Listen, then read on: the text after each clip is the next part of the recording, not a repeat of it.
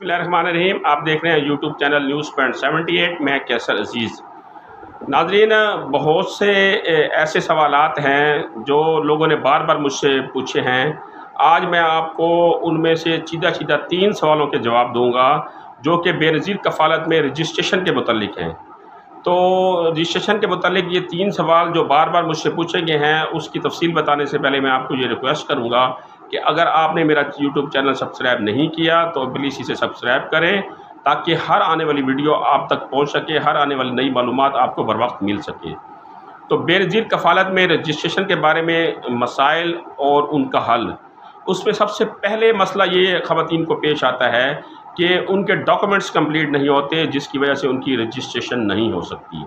तो सबसे पहले आपने क्या करना है, जो पहला स्टेप है अहल होने के लिए, जो पहली सीढ़ी है आपकी रजिस्ट्रेशन करवाते वक्त अपने आप को अहल करवाने के लिए, वो अगर आप अबूर नहीं कर सकेंगे तो आपको ना पैसे मिलेंगे ना आपकी रजिस्ट्रेशन हो सकेगी।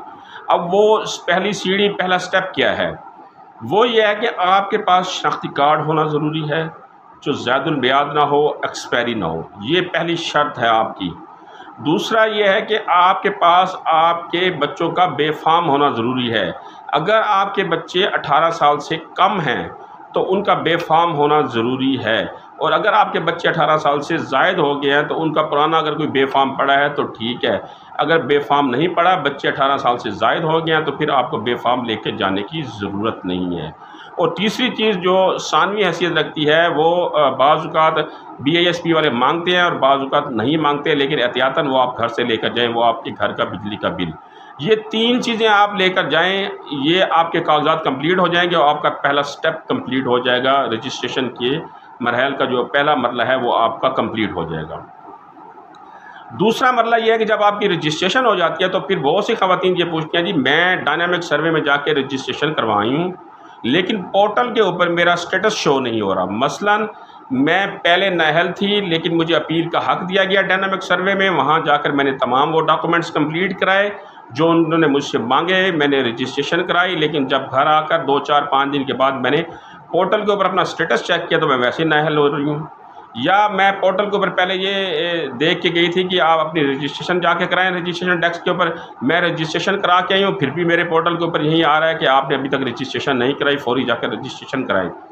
तो उन ख़वातीन को मैं ये बताता चलूँ कि जब भी आप रजिस्ट्रेशन कराती हैं तो पोर्टल के ऊपर 3 से 4 माह के बाद आपका स्टेटस तब्दील होगा।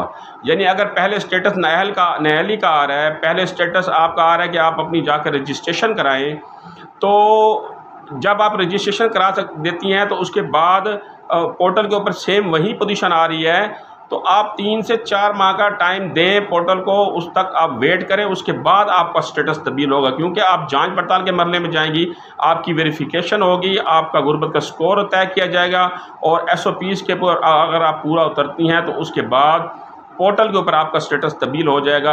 अगर आप पहले नाअहल थी तो अहल हो जाएंगी, या जो भी स्टेटस वो देना चाहेंगे, जो भी आपकी जांच पड़ताल के मरले के बाद नतीजा आएगा, वो आपको पोर्टल के ऊपर अपडेट करके दे दिया जाएगा। लेकिन आप पोर्टल के ऊपर रजिस्ट्रेशन कराने के 3 से 4 माह के बाद अपना स्टेटस चेक करें। और नंबर 3 इसमें यह है कि शादीशुदा, तलाक याफ्ता और बेवा ख़वातीन के कवायफ जो है वो अपडेट नहीं होती।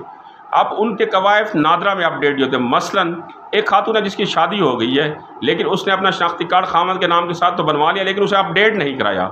अब अपडेट कराने का एक नादरा में प्रोसेस अलग है। आप नादरा के दफ्तर में जाएंगे, आप अपना निकाहनामा देंगे, अपना खामद के नाम के साथ बना हुआ शनाख्ती कार्ड देंगे, आपका खामद भी वहाँ पर मौजूद होगा, आप भी होंगे। आप उन्हें ये कहेंगे, जी मेरा स्टेटस अपडेट कर दें शादीशुदा वाला, तो वो उसकी 100 रुपये फ़ीस लेंगे और स्टेटस अपडेट कर देंगे। दूसरा ये होता है कि जो तलाक याफ्ता ख़वातीन होती हैं उनका स्टेटस नहीं शो होता, क्योंकि उन्होंने तलाक ली हुई होती है, तो उन्होंने उसको अपडेट नादरा में नहीं कराया होता कि मैं अब तलाक याफ्ता हो गई और मैं अपने वालिद के नाम के साथ आ गई हूँ। वो अपडेट ना होने की वजह से भी वो नाअहल हो जाती है, क्योंकि खामद के जो असासे होते हैं वो वहाँ पर शो हो जाते हैं उसके फैमिली ट्री में, और इस तरह वो गुर्बत के स्कोर में जो उन्होंने मुकर्रर किया होता है उससे ऊपर चली जाती हैं और वो अहल नहीं हो पाती।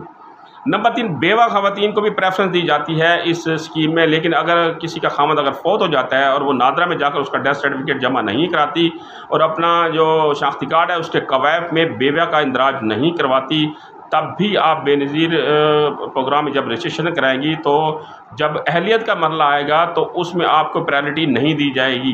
प्रायोरिटी बेवा ख़वातीन को दी जाती है। लिहाजा अगर आप बेवा हो गई हैं तो अपना बेवा वाला स्टेटस अपडेट कराएं।